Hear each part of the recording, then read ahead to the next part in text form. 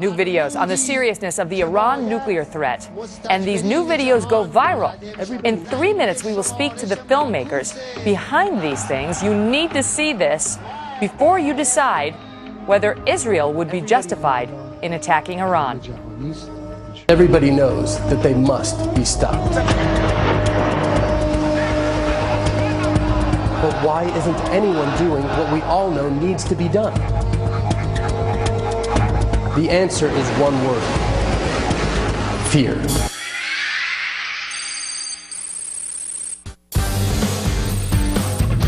And now to a story grabbing worldwide attention. A series of web videos getting more than 2.5 million hits in just the last couple of weeks. One got 1.7 million views in 4 days. Explaining, these videos do, why Israel would be justified in taking out Iran's nuclear program with military action, whether the United States likes it or not. The bold messages put together by a group of Israeli filmmakers. Here's just a brief clip. The Iranians carried out a test to launch a Scud missile from a barge in the Caspian Sea. Many people believe that this is what the Iranians would like to do with the United States, put a missile in a cargo ship going off of our coast. From 100 miles off our coast, we've never seen it. When Mahmoud Ahmadinejad talks about a world without America not only being desirable but achievable, he could mean strategic electromagnetic pulse attack. An EMP weapon, meaning a small nuclear bomb, detonated above the center of the United States would literally take down the entire power grid of this country. Those filmmakers join me now. Ari Abramowitz and Jeremy Gimpel both represent thelandofisrael.com. Gentlemen, thank you very much for being here. So you actually work on this TV show in Israel. It's the largest English-speaking TV show broadcast from Israel internationally, but you put together these videos that are all about how Israel would be justified in preemptively bombing Iran's nuclear facilities. Why? You tell me why. Let me start with you, Ari, on this. Well, you know, this video is really a protest against fear. We're facing the greatest challenge of our generation, of our lives, and we simply don't have that luxury of fear. It clouds your judgment, but most of all, it's a lack of faith. And the very fact that Israel exists as a Jewish state is a miracle of God. And we need to understand that it's not in the United Nations or the European Union or even the United States that we need to take in accounting. If we act with the highest level of morality and of courage and of clarity and of integrity, and that leads us to understanding that we need to preemptively strike Iran, then that's what we need to do. And we can't be looking and asking permission. When we attacked the Osirak nuclear reactor in Iraq, the world, including the United States, condemned us. And 20 years later, they're thanking us. When we saved the hostages in Entebbe, nobody liked seeing that, but it was a miracle, and we were able to do it. So if we act with the courage and integrity that we need to act with, let the cards fall where they may. Jeremy, to what extent is this aimed at the United States, our leaders, our citizens? Because you do spend a fair portion of your second video, which has gone super viral. That's the one that got 1.7 million hits in 4 days, talking about the consequences to America if Iran is left unhinged.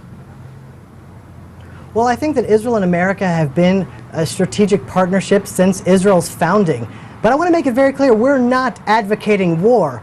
On the contrary, we're advocating peace. We're saying that if Iran has a nuclear bomb, there will never be peace in the Middle East. It's a game changer, not only for Israel, but for America as well. The whole world, all of the dynamics will shift. The bad guys will have the guns. And we need to realize that when evil arises in the world, it attacks the Jew first. The Nazis, then came Pearl Harbor. In the 1990s, buses were blowing up in Jerusalem. It got to 9/11 in America, but it started in Jerusalem. And right now, Iran's rhetoric is focused on Israel. But don't kid yourself, Israel is the little Satan. America is the big Satan. This isn't just Israel's issue. This is an issue for all those that believe in freedom, that believe in biblical values, that live by those values. It's a war against good and evil. And now it's time for the forces of good to unite and to take care of business. Ari, you make that point in your videos, and you talk about how, in your view, Americans realize that that is true, what Jeremy just said, and yet we rely on, as you pointed out in your first answer, fear. And more than that, a cognitive dissonance, you posit, to allow us to say, we don't have to worry about Iran. That's somebody else's problem. We can kick that can down the road. I just want to show the viewers a clip of you talking about that psychological dynamic. It's a subconscious denial of something so terrifying that the gravity of the threat is totally denied, despite the catastrophic consequences of inaction. In Israel, we don't have the luxury of deluding ourselves with rose-colored glasses. For us, allowing ourselves the indulgence of cognitive dissonance would cost us our lives. Ari, do you feel like most Israelis feel the way you do on that score? I think that a large portion of them do. When I speak to our reserve unit, many Israelis feel this way, and we're getting our gas masks. We're taking the precautions that we need to take to be ready, but we're not paralyzed by fear. But when I'm in this country, right now I'm in Washington, I'm on a speaking tour sharing these ideas, and I see American Idol and Kim Kardashian, and when I see the precipice that civilization is on, the magnitude of this challenge, it's shocking to me. You know, America is facing a dilemma just like we are in Israel. America is fighting for its soul.